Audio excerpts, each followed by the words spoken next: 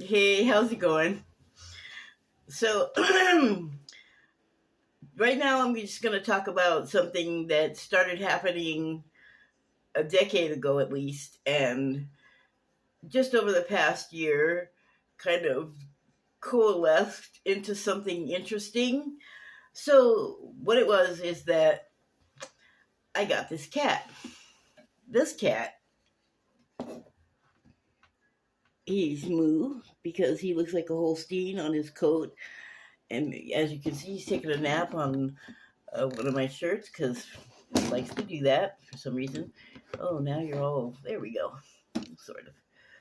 So anyway, I got him, and he, as a young adult, and so he was given away because the people that had him. No, shoot, the people that had him before me had him, I guess, since he was a kitten or whatever, and then they got another kitten, and he did not like it. He did not like the kitten. He does not want the kitten there. I don't know if he attacked it or whatever, but whatever the issue was for him, the people ended up uh, giving Moo away. He was named something else, but so I have been calling Moo, and that's his name now. And I had this feeling about him that, I needed to bring him into my life. I just wanted a cat, but there was like a sense of purpose attached to this guy, and it was that he needed like attention and love for himself to heal, like whatever made him so antisocial was what I thought at the time, but also that it was an opportunity for me to learn how to be more patient and not so quick to anger. And he has helped immensely. I'm still a complete psycho, but as you see, he's right here at my feet. He's my overly familiar, and I love him. He's very loyal. So I've had him for at least 10 years. I'm not real sure how old he is. I'm going to guess about 12 or so. And about 7 months ago, I there was this kitten that appeared on my deck, and the reason why he was there was because, well, A, I'm pretty sure he was abandoned, and B, because Moo, his food gets all over the place, and then he won't eat the food that fell out of the dish onto the floor, so I would collect it, put it in a dish, and put it outside on my deck, and this little kitty was out there every day, and he was like fighting off the other cats who actually, they have collars mainly, so they're fed. And he was like, "Get out of here! This is my food." And I have my chair that I always sit in right by the window, and I look out there one day, and I see him just, like going crazy on the food, and he always drank whatever water I put out there because I always put out water for whatever animals. And uh, he saw me looking down, and he like trotted over to the window and put his little paws up on the screen, and I went like that on the other side of the glass, and he went, "Oh," and he got all happy, and I opened the door, and he just walked right in, jumped up on my chair, and clunked me in the forehead with his head, and then jumped off the chair and ran straight to the food in the kitchen. Like, he'd never been in the house, but I guess he could smell it or whatever, and he's been here ever since. And Moo is not happy about it. So I guess his lesson is still progressing about his relationship issues. And the thing about me and my relationship issues is mainly that I just really don't have them. I mean, relationships, I obviously have issues. If I don't have any relationships, well, that's part of it, but I think there's like something else going on with my repellent. But and it's not always that way, but man, I'm telling you, it is like tumbleweeds. So anyway, I have always known what I wanted from an obscenely young age out of a relationship. like a partnership with a bed share or whatever you want to call it. And it is that I want them to feel free to like do whatever they want to do as long as it's not hurting me or anyone else or them. And it used to be the case when I lived back home in Hollywood, LA, California, Hollywood, whatever. Um, because of what I did as a musician in my youth, like in my teens, I'm like somewhat known there. And especially around the time that I was doing it, I had like a certain level of notoriety. And it has lingered oddly today. I don't live in California even anymore. And just people out of nowhere will know who I am because my face hasn't changed very much at all since like I was born. Anyway, I don't live there anymore, like I said, and so since I didn't go to school here and spend many years of my life where I live now, I don't know anybody on that level. And as an adult, an older adult, it is difficult to make friends. It is difficult to have the friends that I do have because even back when I was in LA, like once everyone sort of teamed up and started making families and things like that and buying houses and all these other things, they just didn't really have time for me. Like, it was like if I call, there was always something happening where it was a bad time. And I understand that. I mean, you don't have time for superficial BS. And it was kind of it's shown a real light on like how uh, the the depth of the friendships, I guess you could say. And so, even if you're where you belong or came from, it's not necessarily like a total picnic all the time. And then you get older and it's just difficult to make friends. And then, people are friendly enough, but here, but nothing like substantial really has ever developed friendship wise here, except for other expats from other states.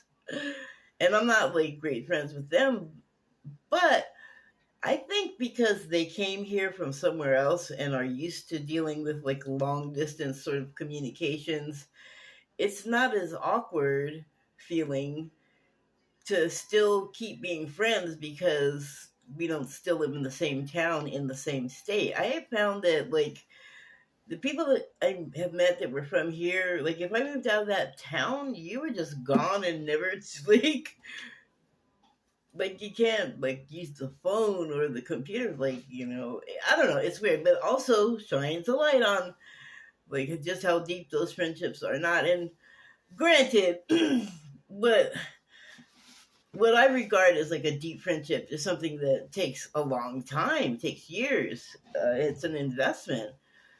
And but then there's like what I can see superficially and sort of like extrapolate about what's going on with people that are essentially strangers, even though I've known them a long time and I could classify them as friends. Like if you haven't talked to somebody in like upwards of 5 years, 5+ years, I mean, you barely know who they are anymore. And then a lot of those friendships I had were started in my youth, and then everyone's grown up and evolved into these completely other people than they were then.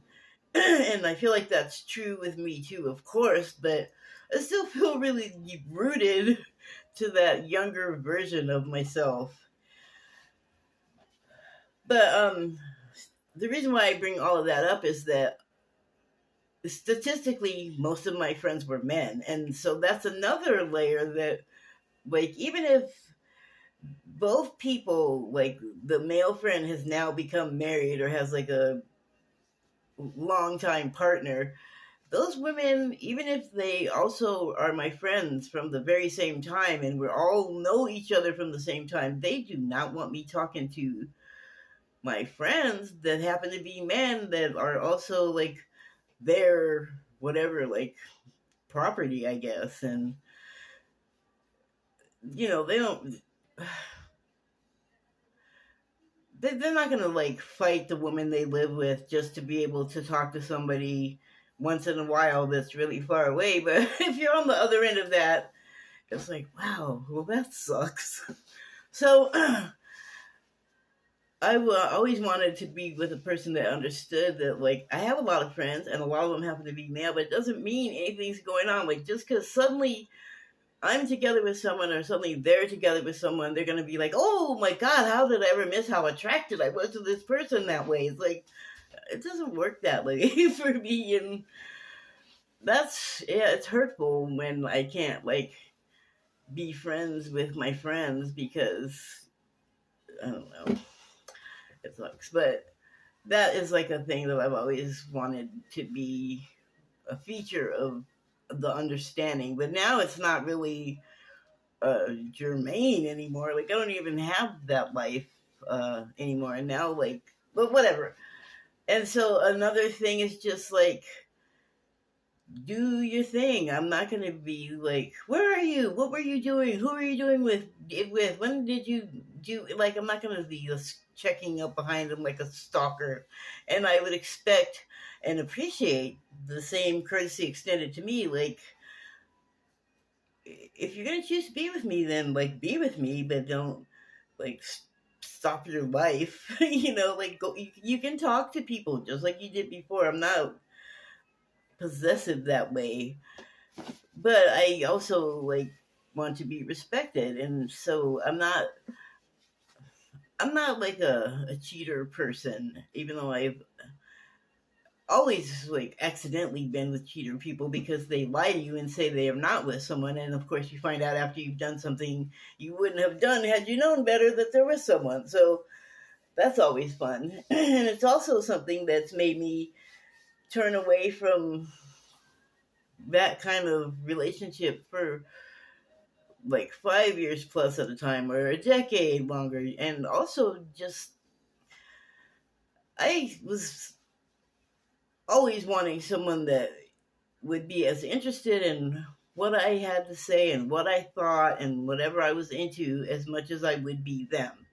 And I have yet to meet that individual. So this is okay. That part is all done. I got that in. So here, back to the cat thing. So I get the kitten, and the kitten, who's now about 7 months old, and I'm not exactly sure how old he is either because he showed up and he was very small still, but he's a small breed, and um, I can only estimate, but I think he was about 2 months old when he started showing up. And then since I've had him, I had to wait till he was 6 months old to get him fixed so that he's not breeding and spraying in my apartment and, cat business.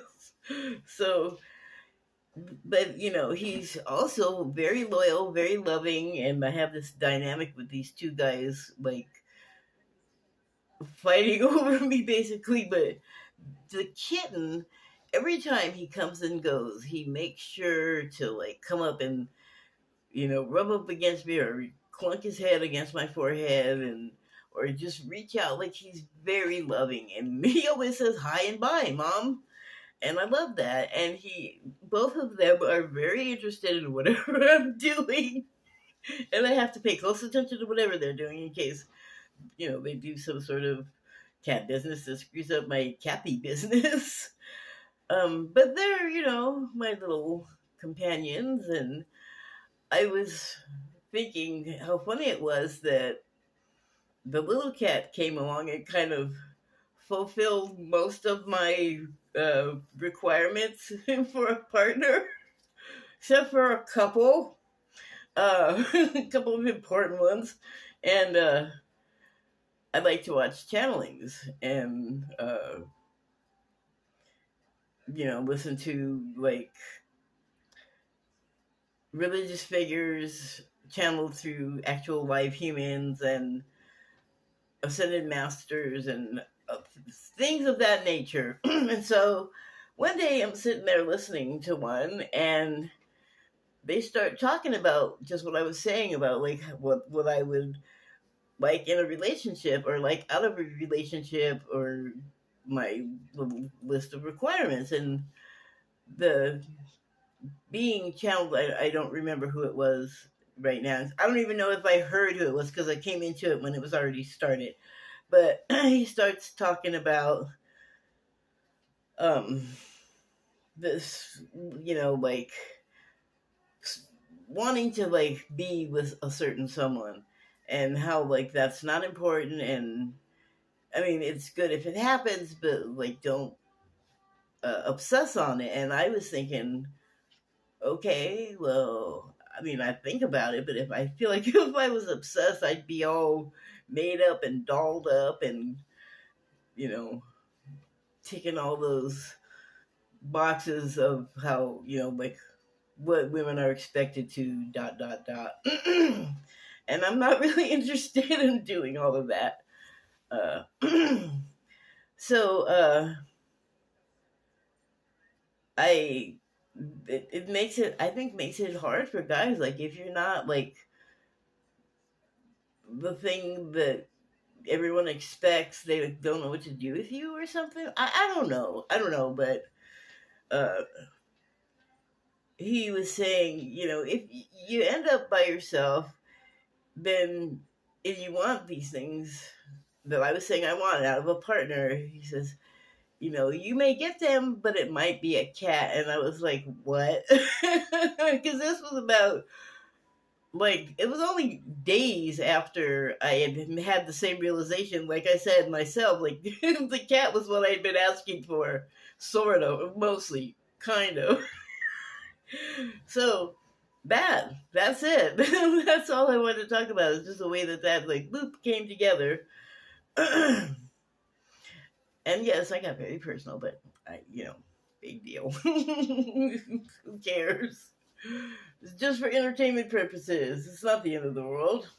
But this is stuff I usually talk about and go into like more detail on my WordPress, because that's like an easier medium to just like jump on. Well, I don't just jump on there and start spewing.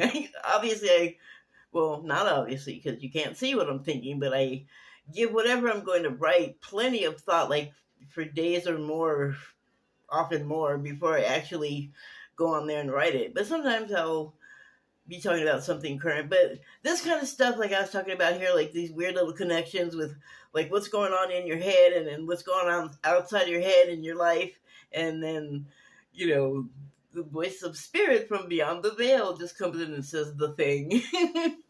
And that's been happening a lot, but you kind of got to be there to find it.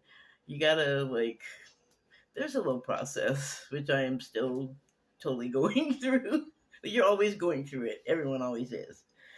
But, you know, there's a lot of talk on these channels, which the one that I am into lately is called Great Universe, or The Great Universe. Great, yeah.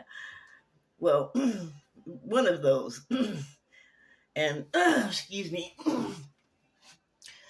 I like to watch Cryon, channel by Lee Carroll, and I like to listen to Daniel Scranton channel, the Arcturian Ninth Dimensional Council, and DNA Awakening, which I think Daniel Scranton also has to do with.